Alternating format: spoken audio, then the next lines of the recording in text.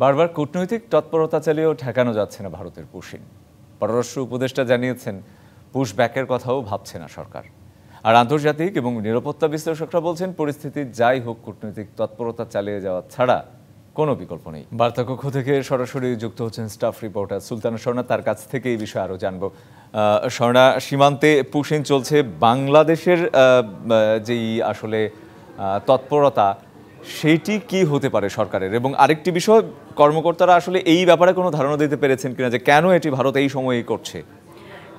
আপনার দ্বিতীয় প্রশ্ন থেকে যদি আসলে শুরু করি, কেন এখনই করা হচ্ছে, এই ধরনের কিন্তু সুনির্দিষ্ট কোনো উত্তর আমরা পররাষ্ট্র মন্ত্রণালয় কিংবা আমরা কিন্তু কোনো কূটনৈতিকদের থেকে পাইনি।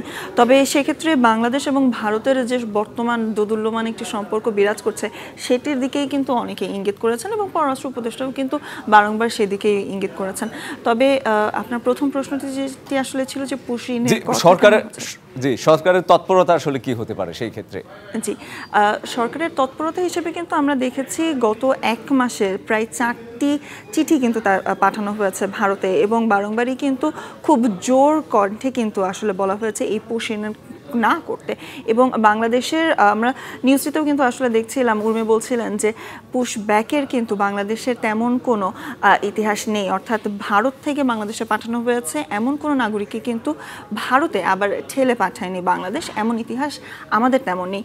তবে সেক্ষেত্রে যারা আসছেন পুশিন যাদেরকে করা হচ্ছে, অর্থাৎ গত 15 দিনে আমরা একটি হিসাব দেখেছি প্রায় 400-র বেশি নাগরিককে কিন্তু পাঠানো হয়েছে। এবং সেক্ষেত্রে বাংলাদেশি যেমন রয়েছেন তার পাশাপাশি UNHCR এর কার্ডধারী রোহিঙ্গারাও কিন্তু রয়েছেন, যাদের 15 কিংবা 20 বছর ধরে বাংলাদেশি কিন্তু ভারতে অবৈধভাবে অবস্থান করছেন, তাদেরকে বাংলাদেশে রাখা হবে এমনটা কিন্তু মন্তব্য করেছেন এরই মধ্যে পররাষ্ট্র উপদেষ্টা। তবে যারা রোহিঙ্গা কিংবা যারা ভারতীয় নাগরিক এবং তাদেরকে যদি বাংলাদেশে পুশিন করা হয় তাদের ক্ষেত্রে আসলে কি করা হবে এটি নিয়ে ভারতের কাছে কিন্তু শেষ যে চিঠিটি পাঠানো হয়েছে সেই চিঠিতে কিন্তু মন্তব্য করা হয়েছে। তবে আপনি বাংলাদেশ এবং বাংলাদেশের কি করণীয় নিয়ে যদি প্রশ্ন করেন, সেক্ষেত্রে আসলে যুক্ত করতে হয় যে সীমান্ত, সেই সীমান্তকে জোরদার করার কথা কিন্তু বলা হচ্ছে। এবং পুশ ব্যাকের নজির যেহেতু বাংলাদেশে নেই, সেক্ষেত্রে এই সীমান্তকে যেন আরও মানুষকে পুশিন করা না হয় সেদিকে কিন্তু লক্ষ্য রাখা হচ্ছে। এবং আমরা কিন্তু দেখছি যে শুধুমাত্র 1-2টি জেলা বা 1-2টি সীমান্ত থেকে কিন্তু পাঠানো হচ্ছে না। লিলি হালাল বিউটি সোপ, BSTI কর্তৃক সনদপ্রাপ্ত দেশের প্রথম হালাল বিউটি সোপ, দীপ্তিময় উজ্জ্বল ত্বকের জন্য।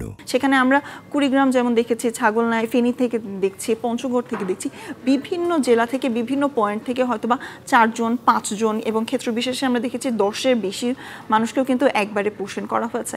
তো সেই দিকে কিন্তু নজরদারি আরো বাড়ানোর কথা বলা হয়েছে। স্বর্ণা, নজরদারির প্রসঙ্গে যদি আসি, যেটি হচ্ছে যে কর্মকর্তাদের সাথে আপনি কথা বলেছেন, পররাষ্ট্র উপদেষ্টার ব্রিফ কভার করেছেন, সেই ক্ষেত্রে নিরাপত্তা ঝুঁকি যেটি তৈরি করছে কিনা, যদি করেই থাকে সেই ব্যাপারে বাংলাদেশের আসলে সেটি বাংলাদেশ কতটা গুরুত্ব দিয়ে দেখছে, নিরাপত্তা ঝুঁকি তৈরি হলে সীমান্তে সেটি কিভাবে মোকাবেলা করা যায় সেই ব্যাপারে আসলে কোনো ধারণা দিয়েছে কিনা?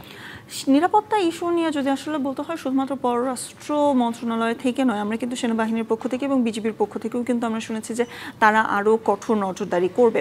তবে সেক্ষেত্রে পুশিনের ব্যাপারটিতে কিন্তু কয়েকটি জিনিস মাথায় রাখতে হবে। রোহিঙ্গাদের যাদেরকে পুশিন করা হচ্ছে তাদের বিষয়টি অনেক সেন্সিটিভ, এবং যারা কার্ডধারী তাদের শরণার্থীদের নিয়ে কিন্তু এক ধরনের রাজনীতি চলে। বাংলাদেশে যারা অবৈধ ভারতে বসবাস করছেন তাদের নিয়ে এক ধরনের রাজনীতি চলে, এবং অবৈধভাবে হয়তোবা গরু নিতে কিংবা অন্য যে কোনো কারণে 1 দিন বা 2 দিন আগে ভারতে প্রবেশ করেছে তাদেরকে আবার পুশিন করা হচ্ছে। তাদের ক্ষেত্রে কিন্তু রাজনীতির প্রেক্ষাপটটা একদমই ভিন্ন। এবং সব কিছুর দিকেই কিন্তু আমরা যখন কথা বলেছি তখন কিন্তু নিরাপত্তা বিশেষজ্ঞরাও বলেছেন যে নজরদারির পাশাপাশি কিন্তু বিজিবি এবং BSF-কে কিন্তু তারা সহনীয় হতে বলেছেন, এবং দেশের যে নিরাপত্তা রক্ষীরা রয়েছেন তারা যেন একটু নমনীয় হয়ে এই জিনিসটিকে আসলে পর্যবেক্ষণ করেন এমন কথাও কিন্তু বলা হয়েছে। তবে সেক্ষেত্রে আগ্রাসী যেন কোনো দেশ না হয় এই ধরনের সেই আহ্বানও আসলে দুপক্ষের প্রতি থাকছে। শোনা, আপনাকে ধন্যবাদ।